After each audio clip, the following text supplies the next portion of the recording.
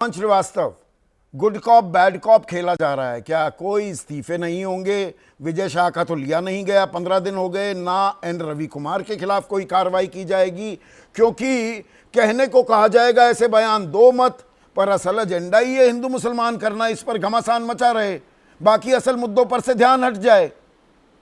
तो यह अभयदान दिया हुआ है बीजेपी ने अपने नेताओं को। हाँ संदीप जी, मैं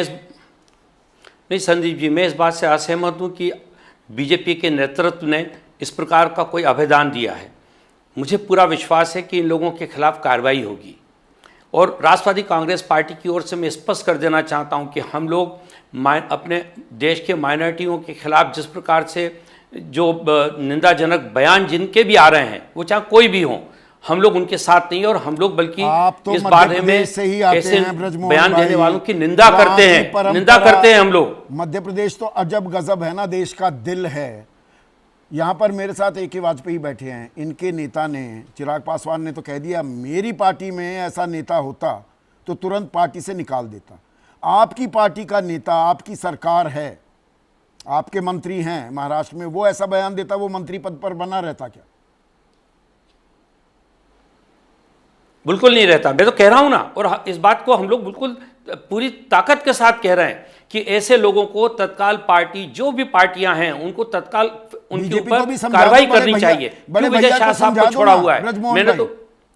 हम तो कह रहे हैं, हम लोग कह रहे हैं इस बात को। और देखिए कि आदरणीय नरेंद्र मोदी जी ने भी इस बात को स्वीकार किया है, उन्होंने खुल के बोला है। एक नेता के रूप में उनको जो संदेश देना चाहिए वो उन्होंने दिया। लेकिन आपको एक बात और समझना पड़ेगी, नहीं मुझे एक चीज बताइए, बिसात है ना पिद्दी का शोरबा विजय शाह जैसा शख्स या एन रवि कुमार प्रधानमंत्री की शख्सियत के सामने, वो उनकी बात को दरकिनार कर जाएं।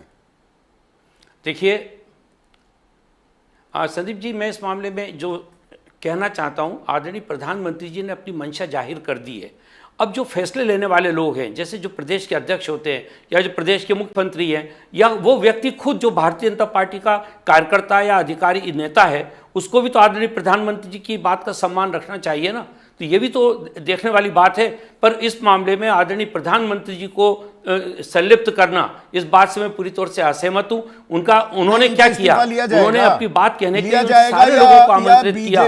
बीजेपी कोई कांग्रेस थोड़ा है कि इस्तीफे ले लिए जाएंगे। राजनाथ सिंह ने ये बात कही थी, वो आपको याद होगा। हमारे यहाँ इस्तीफे नहीं होते। मुझे याद है अच्छे ढंग से, राजनाथ सिंह जी ने इस मुद्दे पर कहा था, मैं मान रहा हूं इस बात को। लेकिन राष्ट्रवादी कांग्रेस पार्टी लगातार इस बात के लिए कह रही है कि इस प्रकार की बयानबाजी नहीं होना चाहिए। हमारे देश का हर नागरिक वफादार है, देश का राष्ट्रभक्त है और देश के साथ कंधे से कंधा लगाकर काम करता है। ये नए भारत की, बदलते भारत की नई तस्वीर है क्या?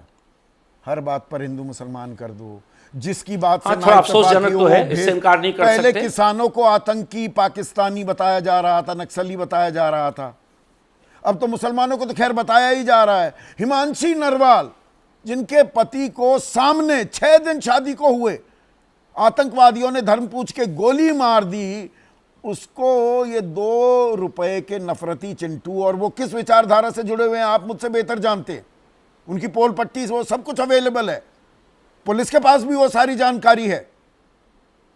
वो हिमांशी नरवाल को पाकिस्तानी बता देंगे, कश्मीरी बता देंगे, क्योंकि वो कह रही है कि आप मुसलमानों और कश्मीरियों को टारगेट मत करो। जिन्होंने मेरे पति की हत्या की उन्हें तो उसके अंजाम पर पहुंचाया जाएगा। सिर्फ इतना कह दिया।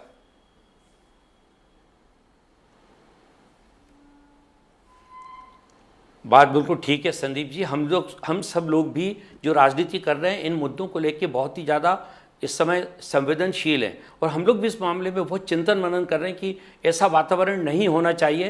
और इस वातावरण को तो आप कर रहे हैं, सब लोगों को काम करना पड़ेगा। मैं सोचता हूँ आपकी ये जो बहन है, आपकी जो बहस हो रही है आपके चैनल पे, इससे भी एक संदेश जा रहा है पूरे देश में। संदेश जा रहा है। आपने ये माना कि ऐसा मंत्री आपकी पार्टी का होता तो मंत्री पद से तुरंत हटा देते, ये बात